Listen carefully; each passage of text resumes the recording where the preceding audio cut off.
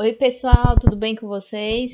Então hoje a gente vai finalmente iniciar nossa aula 11. Eu sei que esse assunto ele é bem extenso, na verdade a gente está falando de vários assuntos dentro de uma única aula.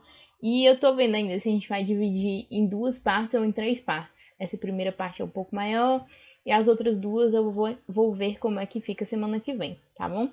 Então hoje nós vamos falar sobre as unificações tardias e alguns dos movimentos que aconteceram ali na Europa do século XIX. Então, sempre lembrando que a gente está seguindo uma linha de raciocínio com o transcorrer do tempo. Nossa disciplina é assim que funciona, né?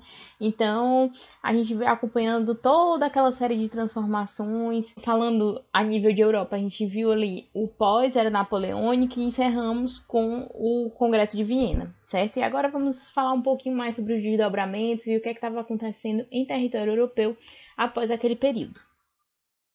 Então, sobre a Europa do século XIX, e mais especificamente sobre a cultura europeia no século XIX, a gente tinha a cultura diretamente como um reflexo de uma porção da sociedade, mais especificamente a elite e a burguesia em ascensão. Então, essa cultura ela vai servir como um certo instrumento de alienação e de manipulação, atendendo aos interesses dessa elite em formação. E além disso, a gente tem essa cultura servindo também como uma forma de superação das ideias, dos paradigmas medievais e do antigo regime. Então, como sempre, a gente está contestando certas práticas econômicas, culturais e sociais que vinham acontecendo no período anterior e vemos isso com seu reflexo dentro da cultura do período. Então, a gente está vendo um período de transição, do vapor, do carvão para a automação cada vez mais intensa, as ferrovias que vão integrando diferentes territórios dentro e fora do continente europeu, desenvolvimento dos centros urbanos, das grandes metrópoles e um caráter de globalização cada vez maior. Então os conflitos eles vão ganhando maiores proporções, atingindo maiores territórios e a gente vai ver ter início e fortalecimento do imperialismo, certo? Vamos falar um pouquinho mais sobre isso na próxima aula. Então a gente vai ter uma cultura muito aburguesada, a gente vai ter uma distinção entre a vida pública e a vida privada. Então, certas questões da vida humana, questões referentes à família, questões referentes à sexualidade, questões referentes ao vestuário, elas vão se fazer perceber com essa distinção entre público e privado, certo? Então, a família ela vai ser um reduto de descrição, de proteção individual, a gente vai ter algumas dessas características. Além disso, a gente vai ver ganhar força a questão da livre iniciativa privada. Também vamos ver se fortalecer ideias como a autonomia e o individualismo, sempre nessa pegada de atender os interesses dessa burguesia em fortalecimento. Além disso, a gente vai ver surgir também, em oposição a essa cultura, movimentos de contestação a esse capitalismo financeiro. Então a gente vai ter uma dicotomia, a gente vai ter uma desavença, uma discordância entre os interesses e as ideias desse operariado que está sendo explorado tão intensamente, já falamos sobre isso, principalmente dentro do contexto de primeira Revolução Industrial, de segunda Revolução Industrial, e essa burguesia enriquecida. Então vão existir sim várias movimentações e manifestações culturais de contestação ao que vem acontecendo. As monarquias absolutistas remanescentes elas vão estar abaladas e a gente vai ver que, apesar daquela tentativa de segurar essas modificações, que é personificada ali pela Santa Aliança e pelas demais atitudes do Congresso de Viena, a gente vai ver que essas monarquias elas vão estar assim abaladas por essa série de contestações que aconteceram ali dentro do século XIX. Além disso, vamos assistir alguns processos de unificação tardia. Então, alguns territórios, mais especificamente a Itália e a Alemanha, que nós vamos dar ênfase aqui, elas não tinham passado por aquele processo de centralização. Esses territórios ainda estavam fragmentados, o que acabava por não permitir que os avanços que tinham sido atingidos pelo antigo regime, com a centralização, com a unificação de moedas, com todas aquelas vantagens que a gente viu para a burguesia, elas acabavam não tendo acontecido nesses territórios que a gente mencionou agora. E a gente vai entender um pouquinho mais sobre esses processos de unificação. A nível de arte, a gente tinha a questão do fortalecimento e desenvolvimento do romantismo, um sentimento muito nostálgico de exaltação da nação, exaltando conquistas, vitórias, as vitórias nas guerras.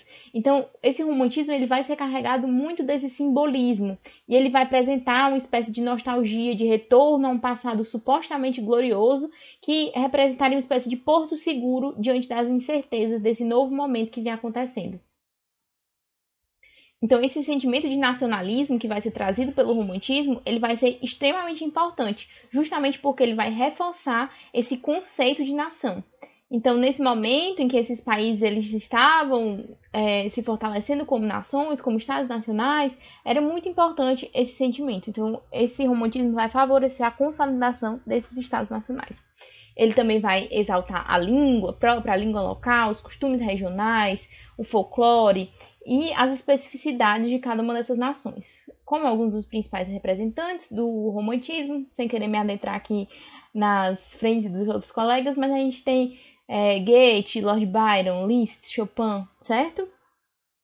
Em diferentes frentes da arte.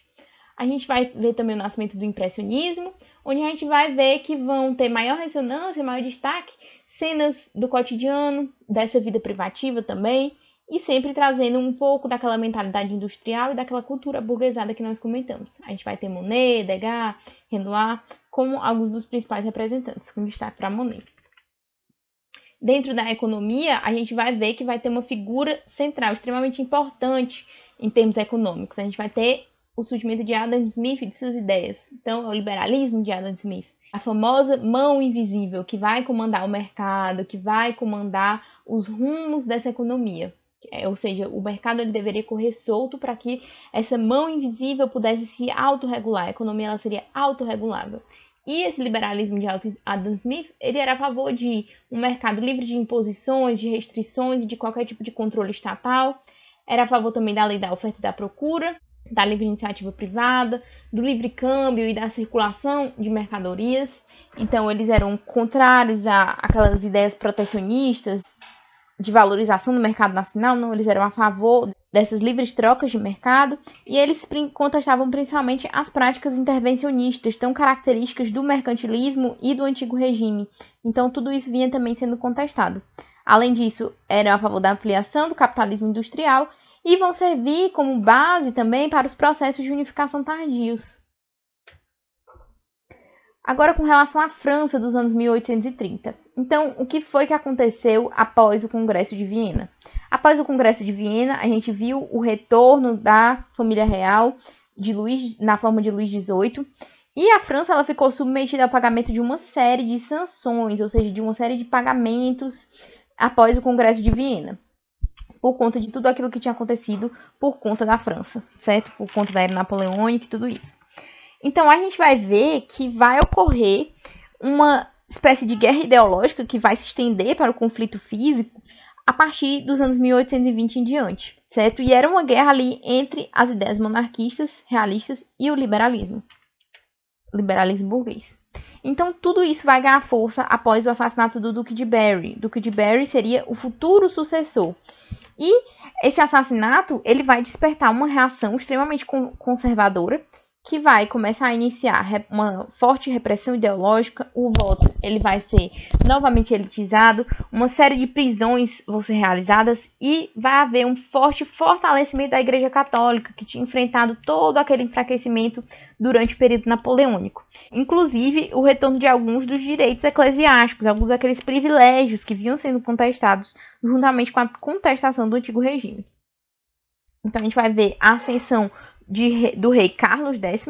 Carlos X, marcado por seu ultraconservadorismo, ele vai ter algumas medidas restauradoras, como a proteção da Igreja Católica, e ele vai repreender de forma muito intensa os protestos e as contestações que vão acontecer. Ele chegou, inclusive, a confiscar terras revolucionárias que tinham sido conquistadas após 1789, que a gente viu que foi uma das características marcantes dentro do período da Revolução Francesa. Nas eleições de 1828, em oposição ao rei, vai acontecer uma vitória de maioria liberal no Congresso. E o rei, ele não vai aceitar isso. Então, ele vai reagir de uma forma extremamente conservadora e violenta. Ele vai censurar os meios de comunicação, ele vai provocar o fechamento da Câmara, vai obrigar o fechamento dessa Câmara, que tinha sido de maioria liberal, e ele vai nomear um ministério inteiramente conservador. E vai convocar também novas eleições, certo? Novas eleições essas com o apoio das classes mais abastadas. Então, o que vai acontecer vai ser uma série de revoltas, de conflitos, por conta da pressão popular em oposição a essa atitude tão ditatorial, a essa atitude tão agressiva de Carlos X. Então a gente vai ver as ruas serem tomadas por jornais e panfletos, operários e trabalhadores vão partir para a rua e vai ocorrer a chamada Revolução de 1830, que vai ser uma série de confrontos que vai acontecer, que vai então culminar com a abdicação de Carlos X. Essa famosíssima pintura que chama-se A Liberdade Guiando o Povo. Então o que vai acontecer é que vai assumir o trono Luís Felipe, o Duque de Orleans. Ele teria, teoricamente, uma posição mais central e sua ascensão vai ser apoiada pela burguesia em geral. Então, essa sua entrada, ela vai acabar favorecendo alguns pontos, vai acabar favorecendo a urbanização, que vai se intensificar, mas o voto ainda vai ser extremamente mal distribuído, então ele ainda vai ter um caráter censitário, latifundiário, ou seja, elitizado e masculino. Vai ganhar força, então, nesse contexto, o movimento liberal francês. Então, em oposição às vontades restritivas, às medidas restritivas de Luís Felipe, vão se intensificar os chamados banquetes liberais, encontros onde essas teses eram discutidas, onde esses interesses dessa burguesia eram discutidos. E é aí que ele vai convocar, mobilizar a Guarda Nacional. Entretanto, alguns de seus membros, eles inclusive não vão aceitar essas ordens reais e não vão participar desse movimento repressivo. Então, vão ter início as chamadas rebeliões de fevereiros. E Luís Felipe ele vai se ver obrigado a proclamar a Segunda República Francesa. A classe trabalhadora, dentro desse contexto, ela vai fazer reivindicações no sentido de obter melhores condições de trabalho, melhores condições salariais e uma reforma agrária. Então, a gente vê que existia também, além daquela oposição entre os interesses da monarquia e os interesses burgueses, existia sempre uma pressão popular em busca de melhores condições de vida. E toda essa movimentação de cunho popular, ela vai acabar levando à queda de Luís Felipe.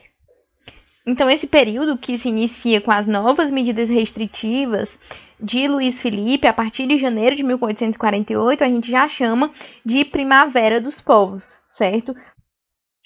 Vai ser instaurado, então, um governo provisório de caráter republicano, cujo voto seria universal e masculino. Eles teriam acatado uma redução de uma carga horária para 10 horas diárias e eles colocariam fim a todas as formas de censura. Além disso, foi elaborada uma nova Constituição por um parlamento de maioria liberal e burguesa. Entretanto, esse governo provisório ele se mostrou muito problemático, isso porque ele não tinha um ponto de vista, ou seja, um viés ideológico muito bem definido.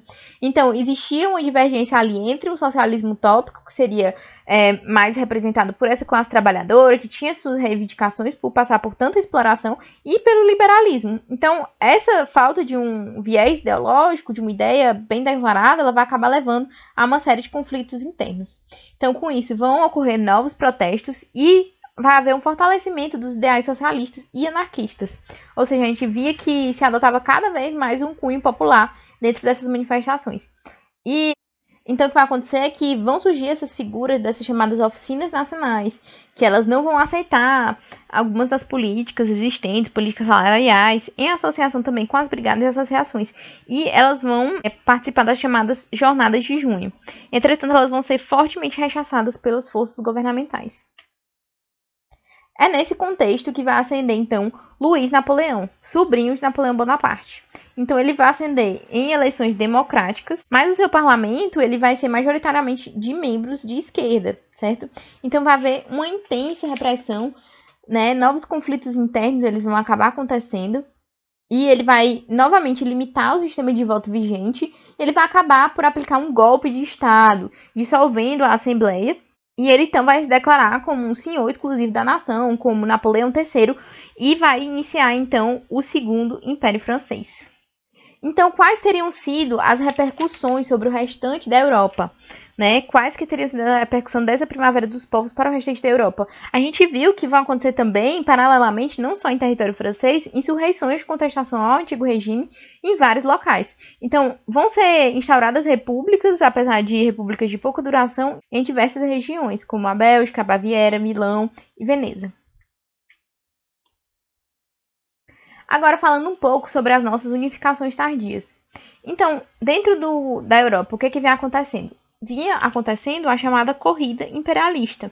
Então, cada vez mais, As nações europeias, principalmente aquelas já centralizadas, elas tinham necessidade, por conta do seu processo de industrialização e desse aburguesamento, de buscar mão de obra em outros locais, matéria-prima e novos mercados consumidores.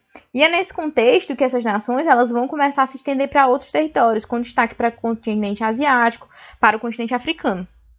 Então, a Alemanha e a Itália, elas ainda não eram nações constituídas, não eram nações unificadas, elas não eram nações centralizadas. Então, a gente não tinha a nação país Alemanha e a nação país Itália. A gente tinha vários territórios que tinham algumas características em comum, como linguagem e tudo mais, mas que não formavam um território único com uma administração centralizada. E existiam diversas vantagens, principalmente para a burguesia, dentro de uma unificação. Assim como existia vantagens na centralização, quando a gente veio fazendo a transição entre a Idade Média e o Antigo Regime, né, que era a questão da uniformização de moedas, dos mercados, das tarifas, a gente vai ver que isso também seria vantajoso para essa burguesia dentro desse outro contexto, certo? Então, essa unificação, ela permitiria uma espécie de consolidação do capitalismo.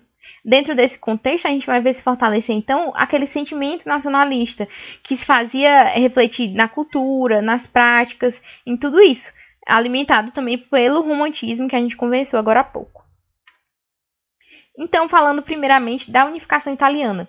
A unificação italiana, também chamada de Risorgimento, então a gente tinha 8 estados autônomos após o Congresso de Viena, e muitos deles eram monarquias restauradas. Então, após toda aquela insuflação dos ânimos, após toda aquela movimentação em continente europeu, a gente teve alguns monarcas restituídos ao trono.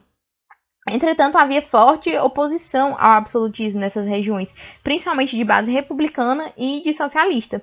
A gente tinha alguns grupos mais característicos, como os famosos Carbonares, ao sul da Itália, e essa oposição ela tinha um caráter majoritariamente burguês industrial. Então, vai se formar uma grande dicotomia dentro dessas regiões entre monarquistas e republicanos. Aqueles monarquistas que eram a favor da implementação de uma monarquia, eles tinham medo que um regime republicano pudesse enfraquecer esse potencial, né, de centralização, que seria uma consequência da unificação, e acreditavam também que isso podia afetar de alguma forma a coesão interna do movimento, enquanto os republicanos eles eram a favor de uma autonomia maior, que não seria possível com a monarquia. Então, o primeiro projeto, a primeira ideia de uma república unificada, ela vai acontecer com Giuseppe Mazzini, em 1831, e seria o chamado Projeto de uma Jovem Itália. Sendo que esse projeto ele vai acabar por fracassar por conta da deficiência de uma infraestrutura militar. Já em 1847 vão acontecer novas insurreições republicanas que tinham interesses, né, tinham demandas por conta da fome que vinha acontecendo na região, tinham interesse no fim do absolutismo e na expulsão dos austríacos. Além disso, eles vão acabar por abalar alguns dos reinos, principalmente os estados pontifícios, principalmente em Roma, mas eles vão acabar por abalar os tronos de Piemont e Sardenha e das duas Sicílias, sempre nesse contexto de contestação do antigo regime. Mas a região mais afetada foi a região da Lombardia.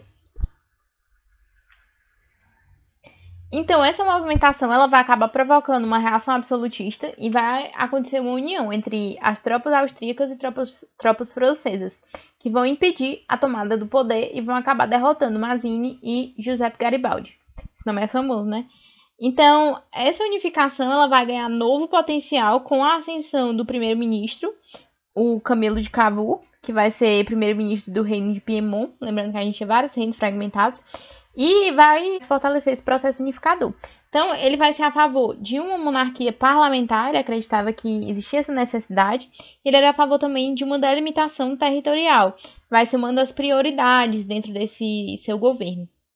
Ele também vai ser a favor da formação de um exército nacional, uma espécie de coalizão militar entre vários estados italianos, né, já caminhando para essa unificação, e ele vai fazer se fortalecer um sentimento nacionalista contra a Áustria, que vinha afetando, juntamente com a França, esse seu processo de unificação.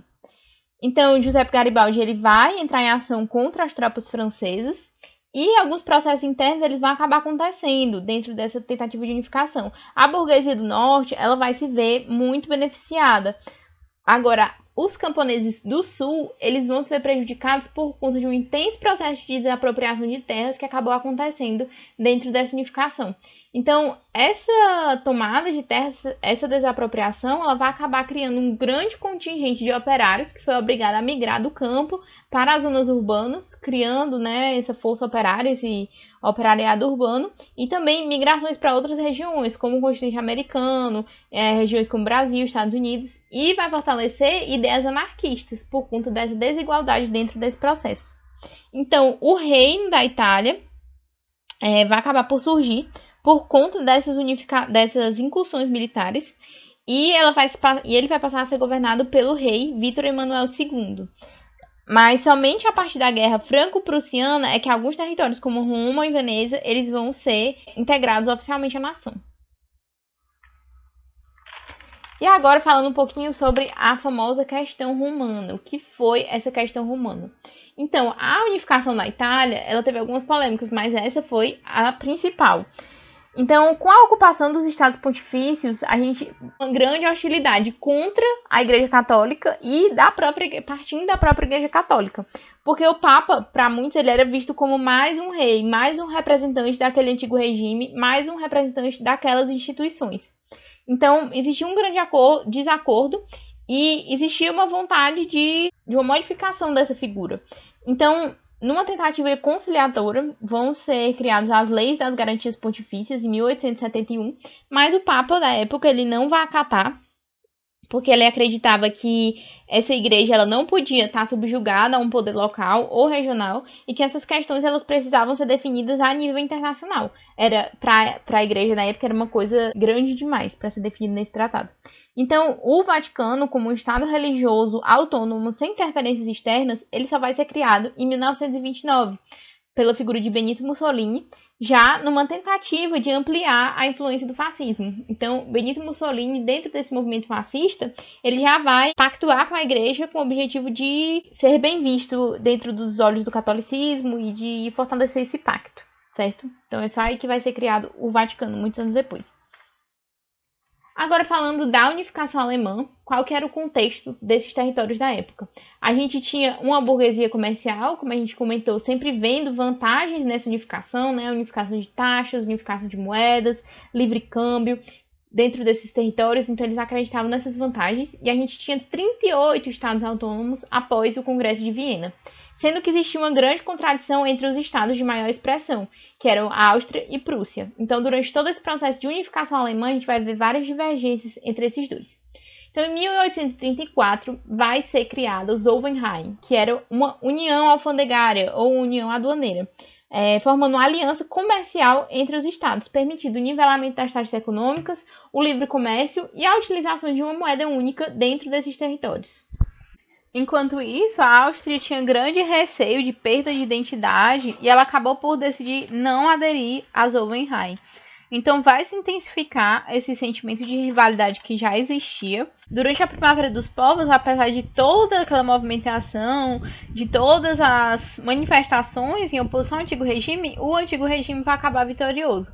Entretanto, viu-se que a única forma de conseguir efetivar essa vitória sobre o antigo regime, de conseguir essa unificação, seria por meio de uma guerra. Então, a mais interessada, na realidade, seria a burguesia. E ela vai contar com o apoio do Kaiser Guilherme I. Entretanto, eles não contavam com o apoio do parlamento prussiano. E numa jogada, o Kaiser Guilherme I ele vai acabar nomeando Otto von Bismarck, o chanceler, delegando a ele a função de articular a militarização dentro desse processo de unificação. Otto von Bismarck, que era o chanceler, ele tinha origem na grande aristocracia fundiária. Então, é ele que vai ser o grande motor dessas manifestações, dessa militarização crescente, e ele vai se aproveitar do momento em que a Áustria ela vai estar enfraquecida por outros conflitos no exterior e vai conseguir, por conta desse enfraquecimento, o afastamento da Áustria da liderança da Confederação Alemã. Então, em uma jogada estimulando uma nova guerra, um novo conflito, dessa vez com a Dinamarca, e envolvendo novamente a Áustria, Bismarck vai desencadear então a chamada Guerra das 7 Semanas, onde a Prússia ela vai acabar sendo vitoriosa. E ele vai, por meio desse conflito, assegurar os seus interesses, principalmente porque a Áustria ela vai perder, né? Ela vai se ver enfraquecida e vai ser obrigada a ceder alguns territórios dentro dessa região. Paralelamente a isso, o Zowenheim estava se fortalecendo e estava sendo fortalecido esse senso de identidade nacional, ganhando espaço àqueles discursos mais ufanistas, nacionalistas e românticos. Então, Otto von Bismarck ele vai ver uma possibilidade de unificação sob a direção dessa vez da Prússia como principal nação encabeçando isso, e ele vai começar a tentar atingir as massas com uma oferta de um perfil mais democrático. Então é aí que ele vai se utilizar de um artifício final, né, como o último dos passos para conseguir essa unificação, que vai ser um novo conflito, ou seja, um objetivo através do qual esses reinos fragmentados iam poder se reunir em comum por esse objetivo. E isso vai acontecer na disputa da sucessão pelo trono espanhol. Então, a animosidade já existente entre França e Prússia, ela vai permitir que esse conflito de fato aconteça. E era uma oportunidade de unir norte e sul desses pequenos territórios fragmentados contra um inimigo em comum, nesse caso a França. Então, Otto von Bismarck ele vai modificar um telegrama de Guilherme I, tornando esse telegrama mais ofensivo. E é com isso que ele vai conseguir uma declaração de guerra contra a França. Nesse contexto, a Prússia vai ser absurdamente superior militarmente e a vitória alemã vai ser indiscutível. Então, com isso, a Prússia ela vai acabar declarando o Império Alemão lá em Versailles. Com exceção da Áustria, todos os estados germânicos vão se declarar súditos de Guilherme I, atingindo essa unificação efetiva. Entretanto, a Áustria ficou como essa exceção, né, que decidiu não participar e ficou como uma nação separada dentro desse processo de unificação. E por fim, vamos falar da famosa Comuna de Paris, que foi uma movimentação muito peculiar, de características muito próprias. Então, com a intensificação das crises internas na França, principalmente após essa guerra franco-prussiana, guerra sempre significa perdas humanas, perdas de vidas, né, principalmente, mas também gastos imensos, então isso acaba agravando fome, agravando outras questões internas. Então vai ser formada uma comuna, um movimento eminentemente operário, de caráter popular, cujas motivações estavam em torno do acordo de paz, que era pleiteado pelos deputados monarquistas, ou seja, esses deputados monarquistas eles tinham interesse nesse acordo de paz, mas que teria como consequência a perda territorial de uma região chamada Alsácia e Lorena.